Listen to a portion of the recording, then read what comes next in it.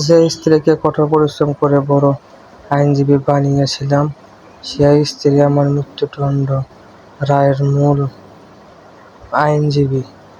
কাঠগড়ায় দাঁড়িয়ে যখন নিজের ফাঁসির রায় শুনছিলাম, তখন বিচারকের গভীর কণ্ঠস্বর আমার কানে এসে পৌঁছাচ্ছিল না। আমার সমস্ত দৃষ্টি আটকে ছিল সামনের ওই কালো কোট পরা নারীটির দিকে, যে এখন বড় আইনজীবী। সে মিথ্যাকে সত্য প্রমাণ করতে পারে। সেই প্রখ্যাত আইনজীবী আর কেউ নয়, আমার স্ত্রী মিথিলা, যে হাত ধরে একদিন তাকে ঢাকা শহর চিনিয়ে এসেছিলাম। আজ সেই হাতেই সে আমার ডেথ ওয়ারেন্টের সাজানো। নিয়তির কি নিষ্ঠুর পরিহাস! আমাদের বিয়েটা হয়েছিল পারিবারিকভাবেই, দুই পরিবারের পূর্ণ সম্মতিতে। কিন্তু মিথিলা প্রথম দিকে একদমই রাজি ছিল না। রূপের কথা যদি বলি, মিথিলা ছিল অপ্সরার মতো সুন্দরী। টাঙ্গাইল শহরে যে কোনো ছেলের চোখ আটকে যাওয়ার মতো রূপ ছিল তার। পরিবারের প্রচণ্ড চাপ আর অনুরোধে শেষমেশ সে একটা শর্তে বিয়েতে রাজি ছিল। বিয়ের আগে আমার সাথে একবার একা দেখা করতে চায়। সে কথা অনুযায়ী আমি তার সাথে দেখা করলাম। একটা রেস্টুরেন্টে মুখোমুখি বসতেই মিথিলা তার টানা টানা চোখ দুটো আমার দিকে তুলে সরাসরি বলল, আমি আপনাকে বিয়ে করতে পারি, কিন্তু আমার একটা শর্ত আছে। বিয়ের পর আমাকে পড়াশোনা চালিয়ে যাওয়ার সুযোগ দিতে হবে। আর বিয়েটা হবে এখন থেকে ঠিক 2 মাস পর। আমার এইচএসসি পরীক্ষা শেষ হলে আমি এক মুহূর্ত চিন্তা না করে তার শর্তে রাজি হয়ে গেলাম। সত্যি বলতে, আমার মনের ভেতর যখন অন্য হিসাব কাজ করছিল। এত সুন্দরী একটা মেয়েকে আমি কোনোভাবে হাতছাড়া করতে চাচ্ছিলাম না। মনে মনে ভেবেছিলাম, একবার বিয়ে হয়ে ঘরের বউ হয়ে আসলে আর রান্নাবান্না সংসারের যাত্রাকলে পড়লে এমনিতেই পড়াশোনার মন উঠে যাবে। মেয়েদের মন ভোলাতে কতক্ষণ! কিন্তু আমার সেই ধারণা সম্পূর্ণ ভুল প্রমাণ করে দিল মিথিলা। যখন এইচএসসির রেজাল্ট দিল, দেখা গেল সে জিপিএ 5 পেয়েছে এবং অত্যন্ত ভালো নম্বর নিয়ে পাশ করেছে। রেজাল্ট হাতে পেয়েই সে একদিন উচ্ছ্বসিত গলায় বলল, আমি ঢাকা বিশ্ববিদ্যালয়ে ভর্তি পরীক্ষা দিতে চাই। শুনেই আমার বুকটা ছ্যাঁক করে উঠল। টাঙ্গাইলে আমাদের কসমেটিকের বেশ বড় ব্যবসা। আল্লাহর রহমতে আর্থিক অবস্থা আমাদের যথেষ্ট ভালো। আমি তাকে সরাসরি না করে দিয়ে বললাম, তুমি টাঙ্গাইল থেকে সেই ঢাকা গিয়ে পড়বে কেমনে? আর ঢাকা বিশ্ববিদ্যালয়ে যদি চান্স পেয়ে যাও, তবে সংসার সামলাবে কেমনে? ওসব ঢাকার টাকা বাদ দাও। মিথিলা দমে যাওয়ার পাত্র ছিল না। সে আমার হাত ধরে আকুতি করে বলল, তুমি আমার সাথে ঢাকা চলে যাবে। ওখানে না হয় নতুন কোনো ব্যবসা দেখবে। আমি তাকে বুঝিয়ে বললাম, পাগল হয়েছ? এখানে জমানো ব্যবসা ফেলে আমি হুট করে ঢাকা গিয়ে কি করব? এত সোজা নাকি? এই ঘটনার পর মিথিলা পুরোপুরি স্তব্ধ হয়ে গেল। টানা 2 দিন সে আমার সাথে একটা কথাও বলল না। খাওয়া দাওয়া প্রায় বন্ধ করে দিল। তার এই অভিমানী মুখ আর চোখের জল আমি সহ্য করতে পারছিলাম না। ভালোবাসতাম তো, তাই শেষমেশ তার অভিমান ভাঙানোর জন্য আমি হার মানলাম। বললাম, ঠিক আছে, চল পরীক্ষাটা দিয়েই আসো। পরীক্ষার 1 দিন আগে আমরা ঢাকায় রওনা হলাম। মিথিলার একটা সমস্যা ছিল, বাসে উঠলেই তার মাথা ঘোরাতো আর বমি আসতো। তাই আমরা ট্রেনে করে ঢাকার টিকিট কাটলাম। মিথিলা এর আগে কোনোদিন ঢাকা শহরে পা রাখেনি। জানালার বাইরে অচেনা শহরের আলো দেখে তার চোখে যে সুলভ আনন্দ দেখেছিলাম, তা আজও আমার মনে পড়ে। পরীক্ষার দিন পরীক্ষা শেষ হওয়ার পর তাকে ঢাকার একটা ভালো নামী রেস্টুরেন্টে নিয়ে রাখলাম। মিথিলার মুখে তখন তৃপ্তির হাসি। সেই রাতেই আবার আমরা ট্রেনে করে টাঙ্গাইলে ফিরে এলাম। তার কয়েকদিন পর যখন ঢাকা বিশ্ববিদ্যালয়ে ভর্তি হওয়ার রেজাল্ট বের হলো। আমাদের চোখ চড়ক গাছ। মিথিলা মেধা তালিকায় পরের দিন স্থান পেয়ে ঢাকা বিশ্ববিদ্যালয়ের আইন বিভাগে চান্স পেয়েছে। এই খবর শোনার পর আনন্দের চেয়ে আমাদের দুই পরিবারে চিন্তার মেঘ নেমে এলো। শ্বশুরবাড়ির লোকজন থেকে শুরু করে আমার মা-বাবা কেউ রাজি হচ্ছিল না তাকে ঢাকায় পাঠাতে। সবাই এক সুরে বলতে লাগলো, এতটুকু একা মেয়ে ঢাকা শহরে গিয়ে থাকবে কেমনে? তার চেয়ে টাঙ্গাইলে কোনো একটা কলেজে ভর্তি করিয়ে দাও। মূল ভয়টা ছিল অন্য জায়গায়। মিথিলা ছিল অসম্ভব সুন্দরী। সবাই ভাবছিল এত বড় শহরে একা থাকলে যদি কোনো বিপদ আপদ হয়ে যায়। দিনকাল তো ভালো না, যেখানে ছোট ছোট দুধের বাচ্চাও নিরাপদ নয়, সেখানে মিথিলার মতো রূপবতী মেয়ে একা থাকবে কিভাবে? সবাই যখন তার বিপক্ষে, তখন সেই রাতে মিথিলা আমার বুকের ওপর মাথা রেখে সারা রাত নিভৃতে কেঁদেছিল। তার চোখের জল আমার বুকের ভিজে যাচ্ছিল। সকালবেলা যখন তার ফোলা চোখ আর মলিন মুখটা দেখলাম, আমার সব কঠোরতা গলে জল হয়ে গেল। আমি সিদ্ধান্ত নিলাম, আমি তাকে আটকাবো না। আমি তাকে বললাম, আমি তোমাকে ঢাকা পাঠাবো, তবে আমার কিছু শর্ত আছে। সেখানে গিয়ে কোনোভাবেই অচেনা ঘোরাঘুরি করা যাবে না। ছেলেদের সাথে অপ্রয়োজনীয় কথা বলা চলবে না। সবসময় মেয়েদের সাথে থাকবে। মিথিলা আমার শর্তে আনজে রাজি হয়ে গেল, যেন সে হাতে চাঁদ পেয়েছে। আমি তাকে ঢাকায় একটা সেফ জোনের ফ্ল্যাট বা বাসা ভাড়া করে দিতে চেয়েছিলাম, কিন্তু সে নিজেই না করে দিল। বলল, না গো, এত টাকা খরচ করতে হবে না। আমি মেয়েদের হস্টেলেই ভালো থাকবো, ওখানে নিরাপত্তা বেশি। আমি নিজে গিয়ে তাকে ঢাকা বিশ্ববিদ্যালয় হলে রেখে আসলাম। আসার সময় তার হাতে খরচের জন্য 25,000 টাকা দিয়ে আসলাম, যাতে কোনো কিছুর অভাব না হয়। মিথিলাকে ঢাকায় রেখে আসার পর আমার দিন কাটছিল একরকম, আর তার দিন অন্যরকম। প্রতি 15-20 মিনিট পর পর আমি নিয়ম করে তার খরচের টাকা পাঠিয়ে দিতাম। সে যখনই পড়াশোনা থেকে একটু ফ্রি হতো, আমাকে ফোন করতো। ঘন্টার পর ঘন্টা আমরা ফোনে কথা বলতাম। ব্যবসার শর্ট ব্যবস্থার মাঝেও তার একটা ফোন আমার সব ক্লান্তি দূর করে দিত।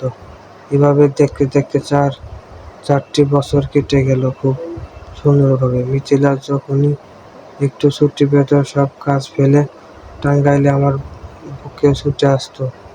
আমাদের ভালোবাসা যেন আরো গভীর হচ্ছিল। তখন মিথিলার LLB পড়াশোনা একদম শেষের দিকে। ফাইনাল পরীক্ষার আগে বেশ কিছুদিন ছুটি পেয়ে সে আগের মতো টাঙ্গাইলে আমার কাছে আসলো। সেদিন রাতে বাইরের আবহাওয়াটা একটু ঠান্ডা ছিল।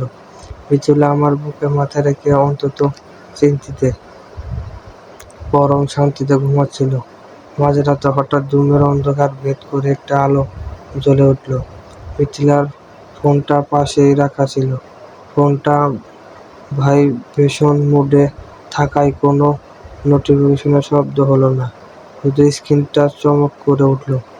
আমি ভাবছিলাম, গভীর রাতে কার ফোন এলো। মিথিলার ঘুম যেন ব্যাঘাত না ঘটে, তাই ফোনটি অফ করার জন্য হাতে নিলাম। কিন্তু স্ক্রিনের দিকে তাকাতেই আমার সারা শরীর বরফ হয়ে গেল। একটা অচেনা নাম্বার থেকে মেসেজ এসেছে, আর সেই মেসেজের লেখাগুলো যেন আমার চোখের সামনে জ্বলন্ত অক্ষরে ভাসছিল। মেসেজে লেখা ছিল, জান, তোমাকে ছাড়া আজকে একটু ঘুম আসছে না, ফ্রি হয়ে একটা কল দিও। মেসেজটা পড়া মাত্রই আমার মাথাটা তীব্রভাবে চক্কর দিয়ে উঠল। মনে হলো চারপাশের দেওয়ালগুলো আমার ওপর ভেঙে পড়ছে। ঠিক তখনই মিথিলা ঘুমের ঘোরে একটু নড়াচড়া চড়ে উঠল। আমি আর নিজেকে সামলাতে না পেরে কাঁপানো হাতে ফোনটি আবার আগের জায়গায় রেখে দিলাম। আমার বুকের ভেতরে তখন একটা প্রলয়ঙ্করী ঝড় শুরু হয়ে গেছে, যার শেষ পরিণতি আজ আমাকে এই ফাঁসির মঞ্চে এনে দাঁড় করালো। সেই রাতে আর একটু মুহূর্তের জন্য আমার চোখের পাতা এক করতে পারেনি। বুকের ভেতরে একটা তীব্র দহ, একটা অদৃশ্য ঝড় আমার পুরো অস্তিত্বকে ধুম মেরে মুচড়ে দিচ্ছিল। পাশে শুয়ে থাকা অসরার মতো সুন্দরীর নিষ্পাপ মুখটার দিকে তাকিয়ে বারবার মনে হচ্ছিল, এই সেই মেয়ে যাকে আমি নিজের সবটুকু দিয়ে আগলে রেখেছিলাম। সকালে যখন সূর্যের আলো ঘরের জানালায় এসে পড়ল, মিছিলা তখনও ঘুমাচ্ছিল। আমি কাঁপতে কাঁপতে তার ফোনটা আবার হাতে নিলাম, কিন্তু স্ক্রিনের লক খুলে মেসেজ অপশনে যেতেই আমার শরীরটা অপমানে আর ভয়ে শিউরে উঠল। রাতের সেই মেসেজটি তো দূর, পুরো ইনবক্স একদম ফাঁকা, একটা মেসেজও নেই, সব ডিলিট করে দেওয়া হয়েছে। আমার ভেতরের সন্দেহটা এবার পাথরের মতো শক্ত বিশ্বাসে রূপান্তরিত নিল। অপরাধী না হলেও কেউ এভাবে প্রমাণ মুছে ফেলে না। আমি তখন সিদ্ধান্ত নিলাম, আমি হুট করে কোনো পাগলামি করব না। আমাকে সত্যিটা জানতে হবে। একদম গোড়া থেকে। ঢাকায় আমার কিছু পরিচিত ব্যবসায়ী এবং আমার এলাকার যে ছেলে পড়তো, তাদেরকে দিয়ে গোপনে খোঁজ নেওয়া শুরু করলাম। আর সেই খোঁজ নিতে গিয়েই আমার পায়ের তলার মাটি চিরতরে সরে গেল। মিথিলা যার সাথে সম্পর্কে জড়িয়েছে, সে তার নিজের ডিপার্টমেন্টেরই ছেলে, অন্তত সুদর্শন, স্মার্ট এবং বনেদি ঢাকাইয়া পরিবারের সন্তান। নাম তার আবির। ঢাকা বিশ্ববিদ্যালয়ে পা রাখার পরই নাকি আবির মিথিলার পেছনে লাগলো। মিথিলার মতো রূপবতী আর মেধাবী মেয়েকে ইমপ্রেস করতে আবিরের খুব বেশি সময় লাগেনি। যে আজ পাড়াগাঁয়ের মেয়েকে আমি ঢাকা শহর চিনিয়েছিলাম, সেই মেয়ে ঢাকার চাকচিক্য আর আবিরের স্মার্টনেসের কাছে নিজের সতীত্ব, নিজের ভালোবাসা বিকিয়ে দিল। সবকিছু জানার পর আমি আর নিজের আবেগ ধরে রাখতে পারলাম না। মিথিলা টাঙ্গাইল থেকে ঢাকায় ফিরে যাওয়ার পর আমি তাকে সরাসরি ফোন করলাম। কোনো আড়াল না রেখে পরিষ্কারভাবে তাকে সব জিজ্ঞেস করলাম। ভেবেছিলাম সে হয়তো কাঁদবে, ক্ষমা চাইবে, কিন্তু না। ঢাকার আইন বিভাগ তাকে ততদিনে অনেক বেশি চতুর আর কঠোর বানিয়ে ফেলেছে। সে উল্টো আমার উপর চড়া হলো, তীব্র গলায় বলল, তুমি আমার পার্সোনাল লাইফে নাক গলাচ্ছ কেন? কার সাথে চলবো না চলবো সেটা আমার ব্যাপার। তোমার মতো একটা আনস্মার্ট মফস্বলের কসমেটিক্স ব্যবসায়ীর সাথে আমি আর থাকতে চাই না। সময় সুযোগ বুঝে আমি তোমাকে ডিভোর্স পেপার পাঠিয়ে দেব। আমি স্তব্ধ হয়ে গেলাম। আমার ভালোবাসার এই প্রতিদান, অহংকার আর রাগে আমিও তাকে শুনিয়ে দিলাম। আমাদের মধ্যে এক বিরাট দূরত্বের দেওয়াল তৈরি হলো। এরপর কেটে গেল দীর্ঘ 2 বছর। মিথিলা আমার সাথে সব ধরনের যোগাযোগ বন্ধ করে দিল। আমি অভিমানে আর তার কাছে যাইনি, তবে খোঁজ রাখা বন্ধ করিনি। লোকের মুখে শুনলাম মিথিলা এখন পড়াশোনা শেষ করে পুরোদমরত্তর একজন আইনজীবী। কালো কোট গায়ে জড়িয়ে সে এখন কোর্ট কাচারি কাঁপায়। আর সবচেয়ে বড় আঘাতটা পেলাম যখন শুনলাম মিথিলা আর আবিরের এখন লিগ্যাল সম্পর্ক আছে। ঢাকার একটা ফ্ল্যাটে তারা স্বামী স্ত্রীর মতো একসাথে থাকে। অথচ মিথিলা আমাকে আইনগতভাবে ডিভোর্স দেয়নি, আর আমিও তার মায়ায় অন্ধ হয়ে তাকে ছাড়তে পারিনি। তারা সমাজে ওপেন রিলেশনে থাকলেও এখনো বিয়েটা করেনি। এত অপমানের পরও আমার ভেতরে পুরুষত্বটা হেরে গেলেও প্রেমিকটা হার মানেনি। আমি ভাবলাম হয়তো আবিরই মিথিলাকে ভুল বুঝিয়ে আটকে রেখেছে। আমি যদি আবিরকে হাত জোর করে বোঝাই সে হয়তো মিথিলাকে ছেড়ে দেবে।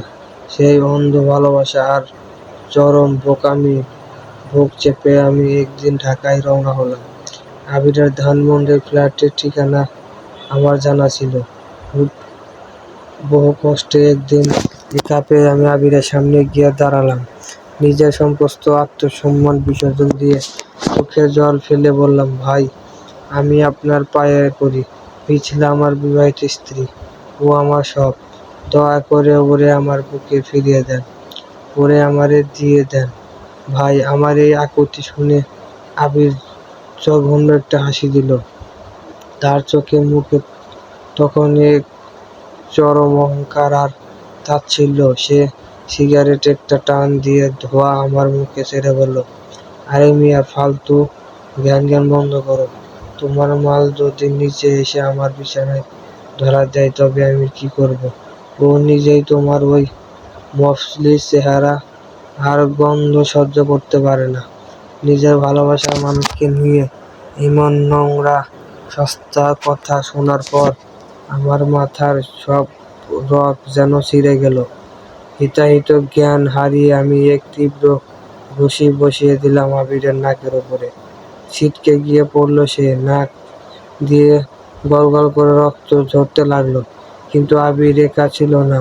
মুহূর্তের মধ্যে তার চিৎকার শুনে আশেপাশে থাকা তার 4-5 জন বন্ধু ছুটে এলো। তারা সবাই মিলে যন্ত্রের মতো আমার উপর ঝাঁপিয়ে পড়ল। একের পর এক লাথি, ঘুষি আর আঘাতে আমার শরীরটা অবশ করে ফেলল। তারা আমাকে পশুর মতো পিটিয়েছিল। শরীর আর মনের চরম ক্ষত নিয়ে আমি সেদিন টাঙ্গাইলে ফিরে এসেছিলাম। আবির এই মারামারির কথা তিলকে তাল বানিয়ে মিথিলাকে জানালো। মিথিলা আমাকে ফোন করে চরম হুমকি দিল এবং বলল, এর ফল আমাকে ভুগতে হবে। আমি ভেবেছিলাম হয়তো ঝড় থেমে গেছে, কিন্তু ভাগ্যর কি নির্মম নিঠুর পরিহাস। আমি টাঙ্গাইলে আসার ঠিক সেই রাতে আবির নিখোঁজ হয়ে যায়। তার ফোন বন্ধ, কোথাও তার কোনো হদিস নেই। 3 দিন পর ঢাকার একটা নোংরা ডাস্টবিনের ভেতর থেকে আবিরের পচন ধরা রক্তাক্ত লাশ উদ্ধার করে পুলিশ।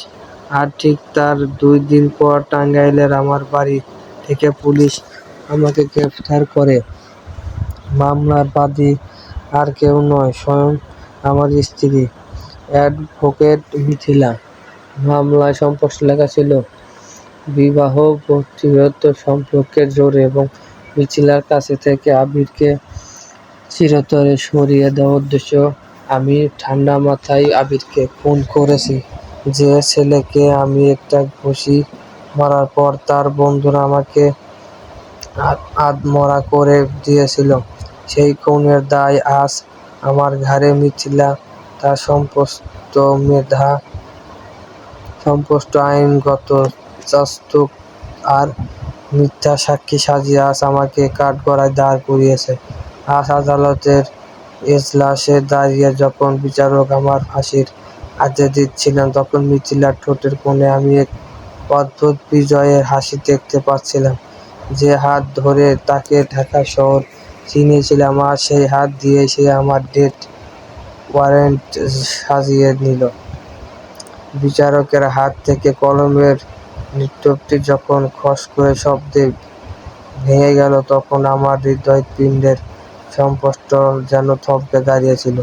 ফাঁসির রায় শোনালো, ঘোষণা শেষ। পুলিশ যখন আমার হাতে হাত পরাতে এগিয়ে আসছে, ঠিক তখনই আদালতের দরজায় এক তীব্র শোরগোল শোনা গেল, থামুন, এই রায় কার্যকর হতে পারে না। জজ সাহেব, কাঠগড়ায় দাঁড়িয়ে থাকা লোকটা সম্পূর্ণ নির্দোষ। আবিরকে খুন করেনি। একটি মেয়ের তীক্ষ্ণ কণ্ঠস্বরে পুরো আদালত কক্ষস্থ হয়ে গেল। সবার দৃষ্টি গিয়ে পড়ল সেই মেয়ের দিকে, এক তরুণী যার চোখে মুখে এক অদম্য প্রতিজ্ঞার আলো জ্বলছিল। মেয়েটির পেছনে অত্যন্ত মলিন মুখে দাঁড়িয়েছিলেন আবিরের বাবা-মা। মেয়েটি, যার নাম রিয়া, সে সোজা কাঠগড়ায় সামনে এসে দাঁড়ালো।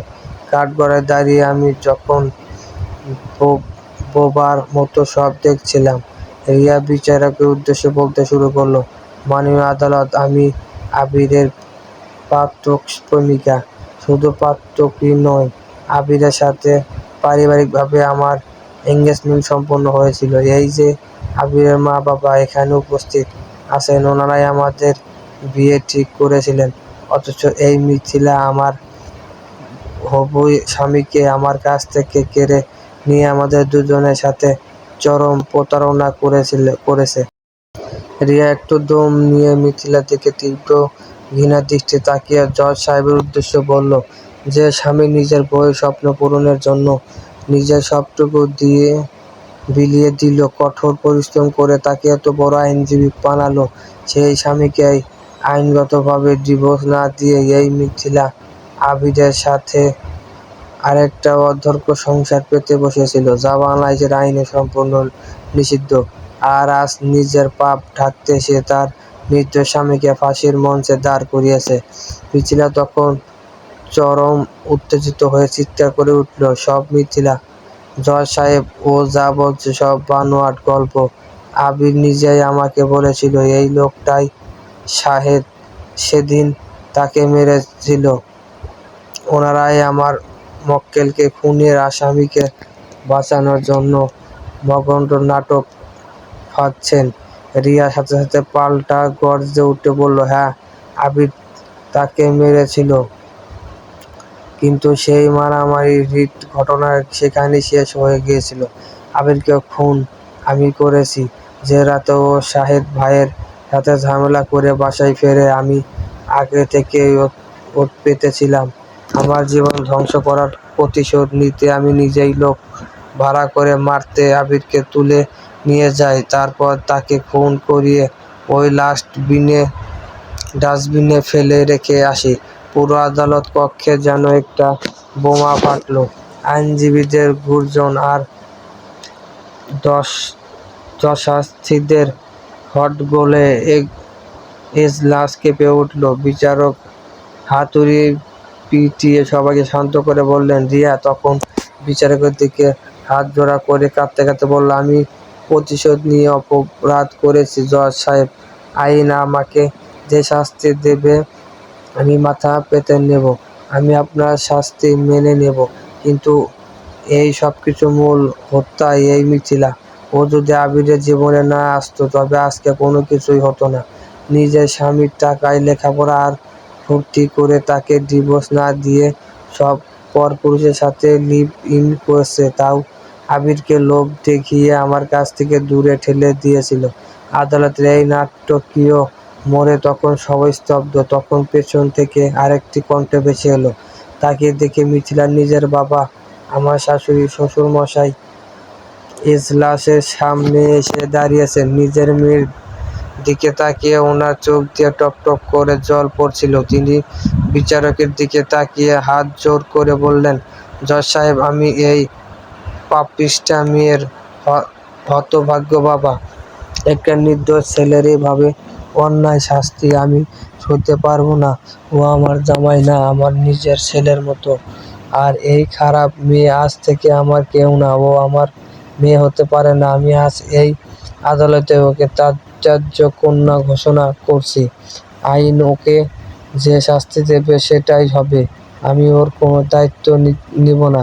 নতুন এই চ্যালেঞ্জকর স্বীকারোক্তি এবং প্রমাণের উপর ভিত্তি করে মহামান্য বিচারক তৎক্ষণাৎ আমার ফাঁসির রায় বাতিল ঘোষণা করলেন। তিনি গভীর কণ্ঠে আদেশ দিলেন, আদালতে নতুন আসামির স্বীকারোক্তি এবং তথ্যর ভিত্তিতে পূর্বের রায় বাতিল করা হলো। আগামী 15 দিনের মধ্যে পুলিশকে এই ঘটনার পুনঃতদন্ত করে চূড়ান্ত রিপোর্ট জমা দেওয়ার নির্দেশ দেওয়া হলো।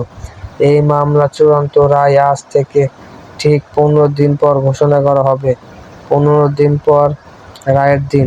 আজ আবার আদালতের এজলাস লোকারণ্য। তবে আজ আমার মনে কোনো ভয় ছিল না। পুলিশ তদন্ত রিয়ার ভাড়াটে খুনি নিজের এবং মিথিলা প্রত্যয়ন স্পষ্ট দলিল আদালতের সামনে পেশ করছে। বিচারক তার সামনে বসে চশমাটা ঠিক করে চূড়ান্ত রায় পড়তে শুরু করলেন। পুলিশের তদন্ত এবং আদালতে স্পষ্ট সাক্ষ্য প্রমাণ ও স্বীকারোক্তির ভিত্তিতে এই আদালত জনাব শাহেদ খানকে সম্পূর্ণ নির্দোষ ঘোষণা করে সসম্মানে খালাস প্রদান করেছে। এই সাথে টাকার বিনিময়ে লোক যে ঠান্ডা মাথায় খুনিদের পরিকল্পনা তাও বাস্তবায়নের অপরাধে রিয়াকে 16 বছরের সশ্রম কারাদণ্ড এবং দণ্ডবিধির দাওয়ায় প্রতারণা ও তথ্য গোপন ও অর্ধক সম্পন্ন অপরাধে অ্যাডভোকেট মিথিলাকে 14 বছরের সশ্রম কারাদণ্ড প্রদান করা হলো। রায় ঘোষণার সাথে আদালতে পুলিশ মিথিলা ও রিয়ার হাতে লোহার হাতকড়া পরিয়ে দিল। কাঠগড়ার দরজা তখন খুলে দেওয়া হলো। আমি ধীরে পায়ে বেরিয়ে এলাম পেছন থেকে। তখন পুলিশের হাতকড়ার ঝনঝন শব্দে আর মিথিলার চোখের জল আমার নজরে আসছিল। হয়তো শেষবারের মতো ক্ষমা চাওয়ার একটা আকুতি ছিল তার চোখে, কিন্তু আমার মনের ভেতর তখন আর কোনো ভালোবাসা কিংবা ঘৃণা কিছুই অবশিষ্ট ছিল না। যে হাত ধরে তাকে একদিন ঢাকা শহর চিনিয়েছিলাম, আজ সেই ঢাকা শহরের আদালতেই নিয়তি তাকে তার যোগ্য শাস্তি বুঝিয়ে দিল। ভালোবাসার এই নির্মম আদালতে অবশেষে সত্যর জয় হলো আর আমি ফিরে পেলাম আমার হারিয়ে যাওয়া মুক্তি। সমাপ্ত।